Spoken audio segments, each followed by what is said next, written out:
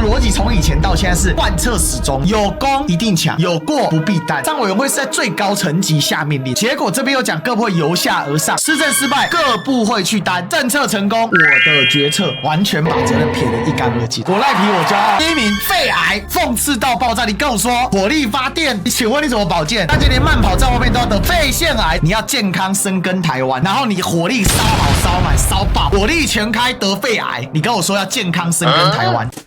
Ladies and gentlemen, welcome the host.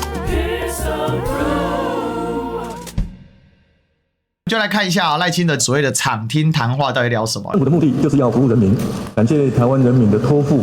这个不是0.5倍数哦，我肩负起带领国家勇往前进的重责大任。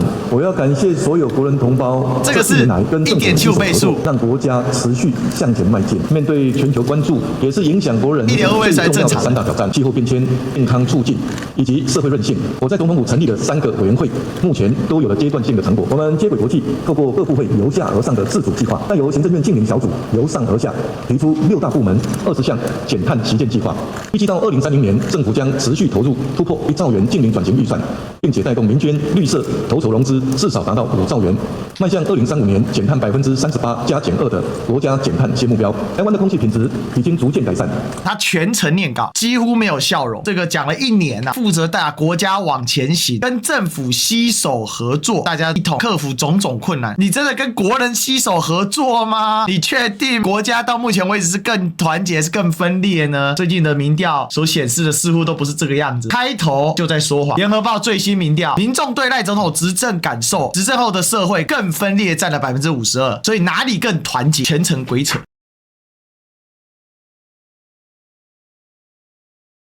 接轨国际，全球关注3大挑战：气候变迁、健康促进以及社会韧性。3个委员会都有阶段性成果。哪3个委员会有什么阶段性的成果？我们接轨国际由上而下的自主计划，各部会由下而上的自主计划。那请问，如果各部会是由下而上，那你这3个委员会有什么意义呢？矛盾嘛？你这3个委员会是在最高层级下命令，总统下令，结果这边又讲各部会由下而上，代表什么意思呢？既要指挥的权利，又不要承担施政失败的后果。施政失败各部会去担，政策成功我的决策，完全把责任撇得一干二净。我不敢说我是汉学家，但我肯定是赖学家。赖皮学真的很赖皮，超级惯老板，所以他叫你做功德不是很合逻辑吗？他的逻辑从以前到现在是贯彻始终，有功一定抢，有过不必担。再由行政院净零小组由上而下提出6大部门23减项计划。行政院净零小组代表什么？气候变迁推动是行政院的责任，也不是我赖清的责任。那请问你担任3大委员会召集人是什么意思？你再担个屁，还是赖皮学。我赖皮我骄傲。6大部门20项减碳计划，2030年持续突破1兆元净零转型暨预算。那请问怎么做？具体如何行政？如何操作？他通通没讲。绿色民间投资融资计划至少达5兆元。台电跌倒，云豹吃饱啊！政府投1兆，民间会投5兆，那政府的1兆肯定被分光光嘛。再来2035减碳38%加减2的国家减碳新目标。2035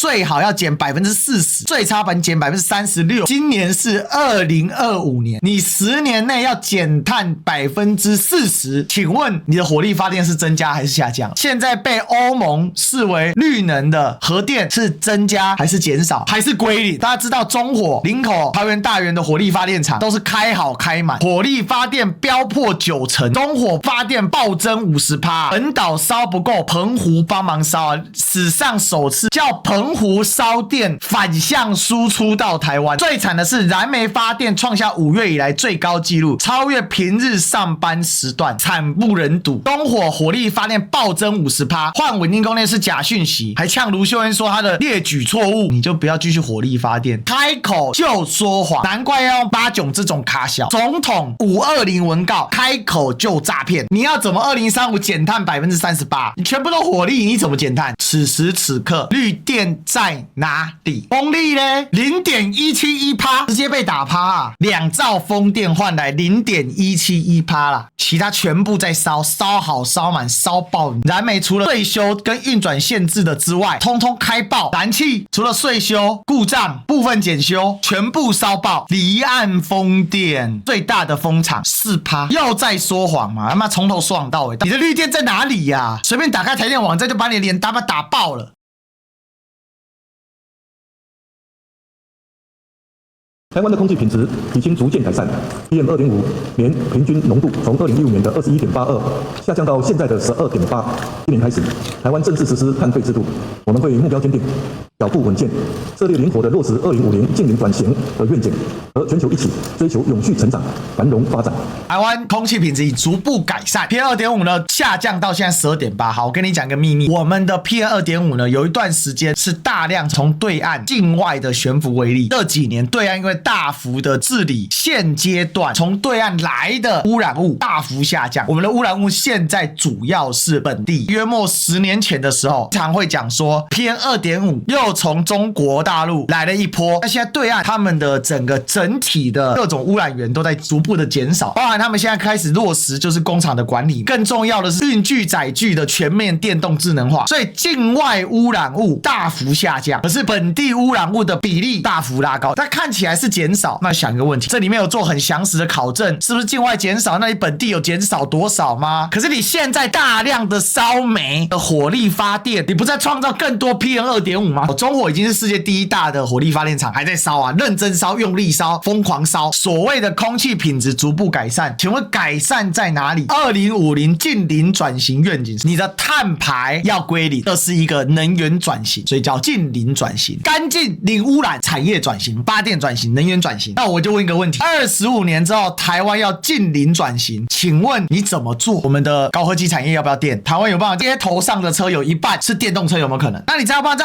2050年达到净零转型啊？好，那请问电那怎么发？不要讲干话嘛，脚步稳健，策略灵活。请问稳健在哪里？灵活在哪里？你现在去把那个发电表调出来，96%是火力发电，你怎么净零转型？台湾到现在电桩几根啊？你每个停车位都有电桩吗？还是你有充电站？真的白贼仔啊！讲话2分钟，除了问候之外，通通都是谎话。转型的愿景，和全球一起追求永续成长、繁荣发展。同时，为了因应全球后疫情时代的挑战，兴建国家级防疫中心，强化防疫中枢。为了促进全民健康、普筛癌症，成立癌症新药基金，并启动5年489亿的健康台湾深耕计划。今年的健保总额更大幅增加712亿元，让健保永续发展。我们要打造健康台湾，让国人更健康，国家更强，也让世界拥抱台湾。第一个，因应后疫情时代，新建国家防疫中心，强化防疫中枢。疫情的时候，中央所成立的防疫指挥中心不就可以了吗？有这个机制就可以了。你建立一个防疫中心，你是在空在那边养蚊子是不是？世界各国是把方案准备好，资源调配好，如果疫情来了，可以紧急调度。去建一个中心是要干嘛？你在行政院不能开会吗？你在卫福部不能开会吗？你在总统府不能开会吗？盖这有什么意义呢？你只要把你的 SOP 做好啊，不然是怎样？天天会疫情是不是？搞个国家级防疫中心要干什么？莫名其妙，防疫指挥官只要不是陈时中就强化了。为了全民健康普筛癌症，成立癌症新药基金。癌症现在最新的治疗方法，标靶药物，还有基因编辑。请问台湾在标靶药物跟基因编辑方面具备什么优势吗？没钱，连钱都没讲啊，钱从哪里来也没讲，要恐吓国会，通通罢免掉，换自己人就可以了。要搞一个国家队的概念啊，用高端来圈钱，圈多少钱呢？